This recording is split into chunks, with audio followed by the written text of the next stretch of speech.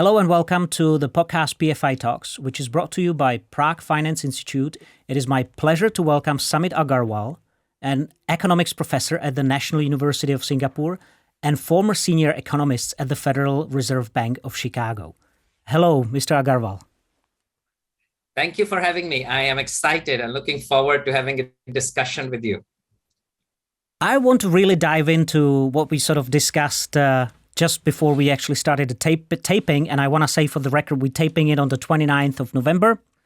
It's Tuesday, Prague Tuesday afternoon, late evening Singaporean time. So really, thanks for, I know, cutting your family dinner a little short to have time to talk to us. So thank you again for that. But let's get going. Do you think we are, given the collapse of FTX and yesterday's collapse of or announced bankruptcy of BlockFi, are we witnessing a complete end of any hopes that crypto could be the panacea for, or a safe harbor for assets when inflation pressures are roaring? Thank you. This is a great question. I mean, the whole irony of this whole thing is that crypto was a panacea for exactly these times. That look, these cryptocurrency is immune to things like inflation and central banks meddling into manipulating currency values. But what we are observing is exactly that at the same time when there's high inflation, when crypto was supposed to be rescuing us from these high prices and central banks meddling in policy making on monetary policy, that crypto is dying. We are seeing the collapse of crypto.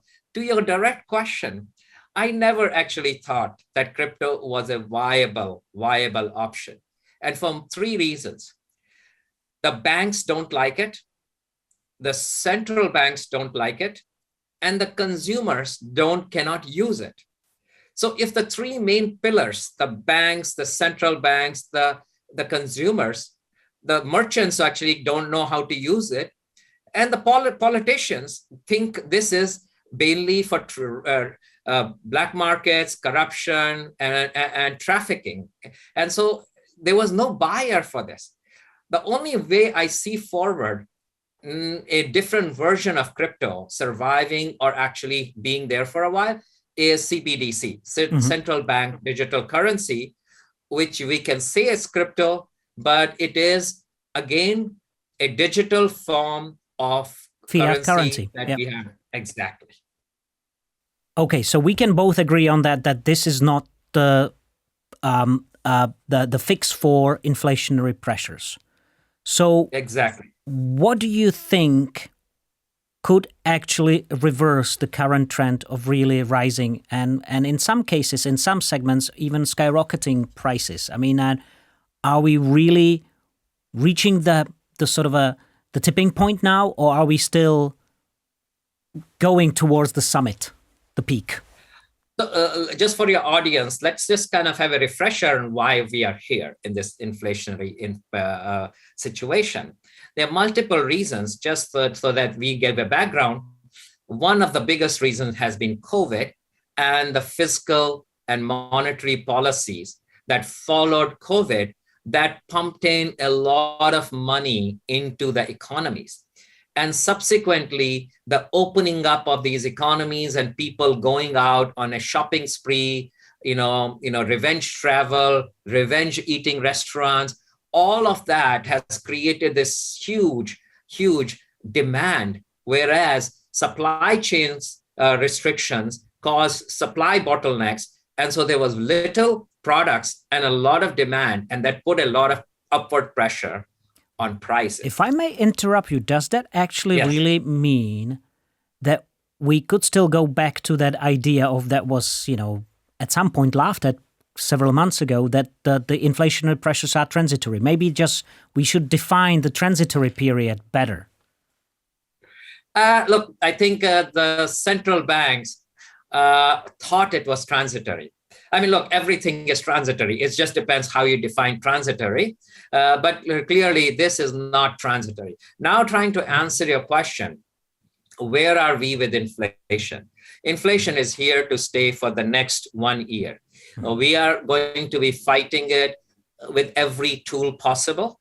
We need to raise interest rates. We need to actually, we may almost be at brink of causing recessions in certain economies. I would actually not rule out that US will be going into a recession, even though a mild recession. I would not rule out that some European countries will also brush or experience recession because the inflation pressure are there very high. And these countries, especially Germany and other countries, who actually rather face higher unemployment than higher inflation, they will err on the side of actually having a very strong monetary policy response. I think the other reason will be that the COVID situation is still uncertain. Mm-hmm. And look at what is happening in China. I will not even get into the geopolitical issues in Europe. So all of these are going to be here for the whole next year. I envision in the third to fourth quarter of next year, when we will see inflation coming down and people starting to breathe again, and people then starting to worry about, oh, what will happen to a recession, unemployment, and things. The bigger problem I feel right now is housing. Land prices, house prices have been going up around the world. Rents have been going up dramatically. And so unless we raise interest rates, we will not cut down people's appetite to put their money in these assets. I'm very glad you mentioned raising interest rates, tightening monetary policy, because if we go to the famous Taylor rule, the Fed funds, according to the Taylor rule, the Fed funds, and you are a former economist researcher at the Fed of Chicago, out of all places. So, I mean, Fed funds should be a lot higher at the moment, or not. It should be. Look, if we really want to bring down inflation, if inflation is running at 7 to 8%, having interest rates at 3.5 to 4% is not going to do the job. Okay, mm-hmm. We will have to kind of take it up to 5.5 to 6% before people will completely or almost completely shut down buying new real estate, shut down buying autos. So basically the pass-through channel of monetary policy through the banking channel will make it so hard for people to go out and consume, and much more attractive for people to put their money in the bank accounts so they can actually earn higher interest rate for tomorrow. Mm-hmm. And maybe on the other hand, wouldn't sort of the level, wouldn't raising the floor higher wouldn't help, because the Fed and so many other central banks in the developed countries, including the Czech central bank, they are targeting a 2% inflation, or plus or minus something, or yeah, sort of a very narrow band around it. Maybe the time has passed for, we over that. The target should be higher. So I am not completely sold on that idea. So let me go back and say, when we were having the financial crisis and we were seeing, unemployment rates, or during COVID also, when we were seeing unemployment rates go to 12, 14, 15%, they were again these calls, oh, this natural rate of unemployment, when we think about 2.5%, 3%, is that actually the right basis? Maybe those are old days. We should have a new normal unemployment rate that could be 5.5%, 6% or 7%. Maybe that's the new normal. And now we see unemployment to being back to 2.5%. So I think inflation will come down. Look, there are congruence of factors that has caused inflation to go amok right now, and the slow response by the monetary authorities around the world, because again, as you pointed out, they really thought it was transitory because they were betting most of the inflation is coming from supply chain disruptions and the fiscal stimulus that countries had. And they didn't account for many other factors that have happened subsequent to that, that has really caused inflation to be, inflation expectations is a big factor. It's not just about actual events like a money supply in the system. It's the expectations have also changed about inflation, and that causes higher inflation as well. So in that respect, because you said that, we can agree on that sort of argument about transitory, not transitory, that may actually kind of even give a little bit of an answer to my follow-up question. And that's, why do you think the central banks, led by the Fed, have been so slow in doing the, quantitative tightening and actually raising interest rates? Did they want it to sort of like really get to the soft landing? Do you think it is actually really achievable? Because you did mention that you don't rule out you don't rule out at least a mild recession for the US economy, which would actually have immense ripple effects globally. Look, I agree. So I think there would be two camps or multiple camps. One was that, look, this inflation is transitory. We will see it come down as things improve. The other thing was that central banks, along with the fiscal stimulus, was around $5 to $8 trillion around the world. Okay. And now, if you actually raise interest rates, you would have undone everything you achieved with those $8 trillion that you pumped into the world economy by fiscal stimulus, monetary policy relaxation, and you brought down unemployment rates. And now you're saying, we'll undo everything and raise unemployment rates and cause the economies go back to recession. So you have thrown away $8 trillion. And I think that was also in the mix of saying, is this what we should be doing? And this is what we'll end up doing. Mm-hmm. $5 to $8 trillion. I mean, can we somehow compare it to something so we can actually imagine it? I mean, I've heard those figures thrown around. I mean, what can I buy for $8 trillion?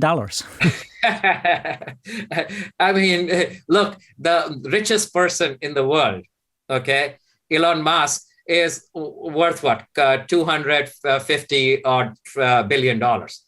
He's not even close to $1 trillion.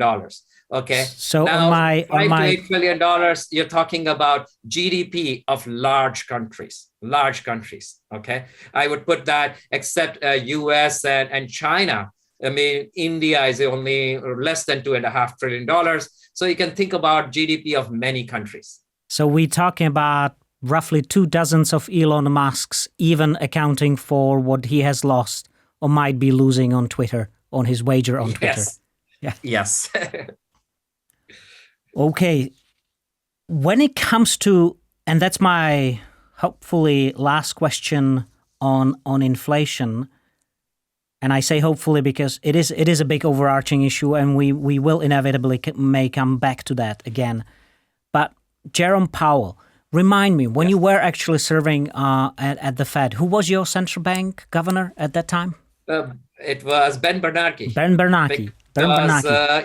I was there during the financial crisis and after that. And so he was there, and he was the right governor because he had actually thought very hard about the Depression in the 1930s, written a lot about it, studied it. So actually he handled it very well. But right now, I think they have mishandled it very well. So you would disagree with me saying that Jerome Powell has a chance to be remembered as, Mr. Volcker 2.0, someone who has tamed inflation? I don't see that. I would disagree with you that he will be remembered for taming the inflation in this cycle. I think, he started out on the wrong footing to begin with by being appointed by Donald Trump and getting a lot of criticism. Subsequently, he did a great job as the central bank governor. He actually distanced himself from Trump, and the policies were good. But I think the Fed actually misstepped on thinking. They didn't listen to Larry Summers enough. Larry Summers was right all along in saying that this is not transitory. There is persistency in it. There are underlying factors that will actually cause this to last much longer. Mm-hmm. Okay, so let's talk about the impact of the current global macroeconomic environment, especially on developing markets or markets actually of booming economies in Asia. And you are an expert on Asia. Do you see some sort of a impact of high inflation on actually taming the growth in Southeast Asia, or even like putting even more pressure on decoupling these economies from developed economies in the EU and US? So I think so. We are actually seeing a transition in world economic power or world economic center. And it has been happening for a while, where it was moving away from US and Europe to China and Asia. And we will see, look, in the next 20 years, some of the largest economies in the world will be Indonesia, Japan, China, India, and to lesser extent, Vietnam and other countries in Asia. And a lot of these countries have large populations. So they don't need to rely on export-driven economic growth to America or to Europe. So what we have seen in the last, China actually faltered on it because China actually had mismanaged the entire managing of the COVID crisis. I mean, we are seeing riots right now and other things in China itself. So all these things, I feel, will continue to move the economic gravitation towards Asia. So while we will see inflation in these countries, but I think they will be hurting less so relative to what you will see the pinch in Europe and to a larger extent, even in the US. Let me give a very good example of Singapore. Singapore, so we always think of America as a safe haven country. When things go bad, actually US benefits. Okay, you would think US dollar will be hurt, there will be stock market drop in the US, but money moves to US. Singapore I see as the same place. It's a safe haven because it is a very politically stable country. Monetary policy is very stable. Geopolitics, it doesn't have really a serious problem, fighting with any other country in this region.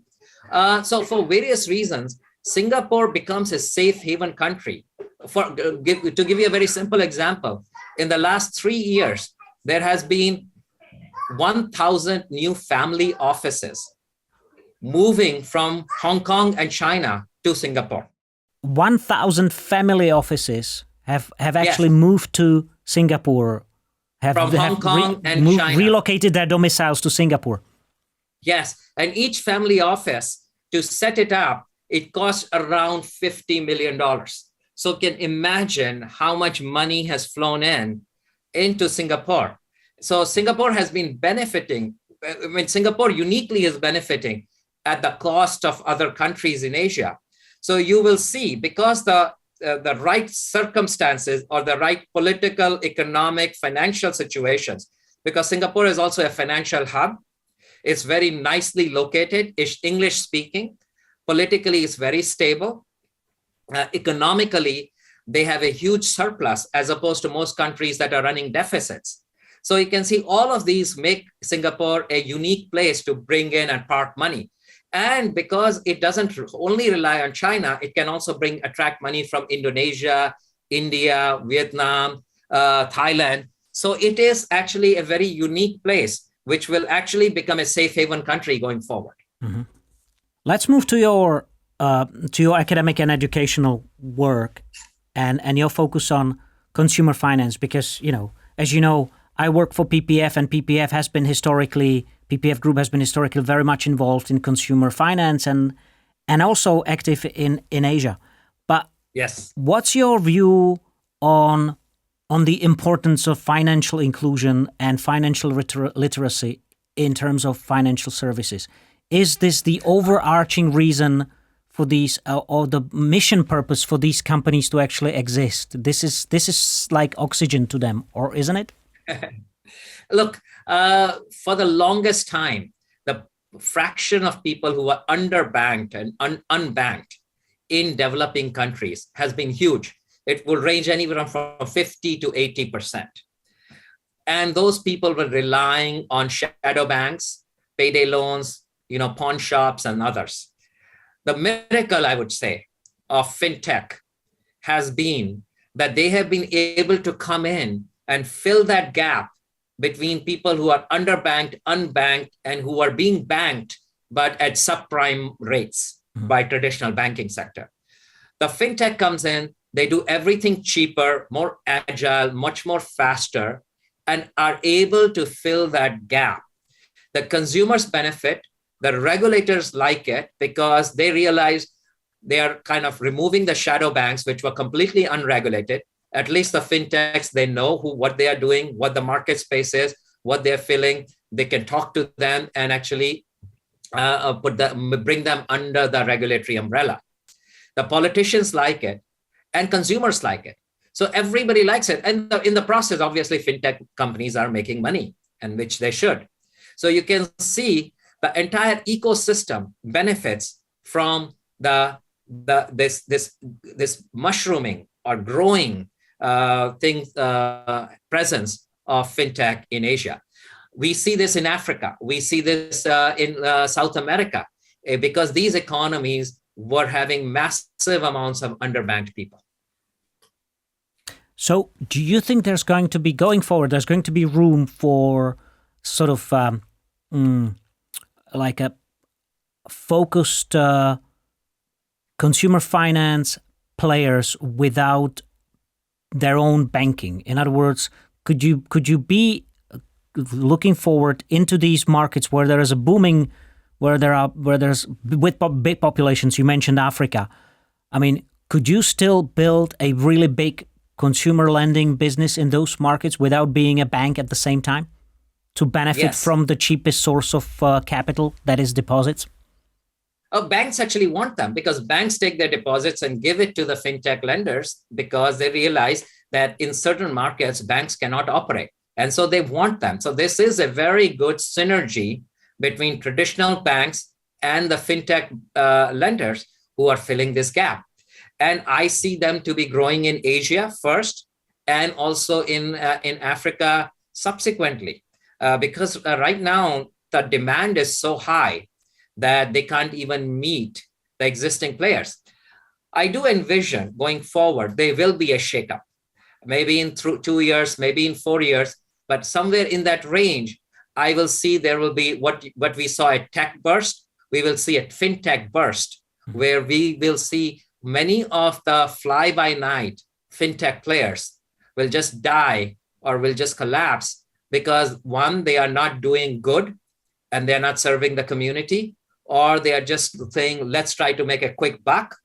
And when things will go negative or regulation will come in, these players will not be able to survive.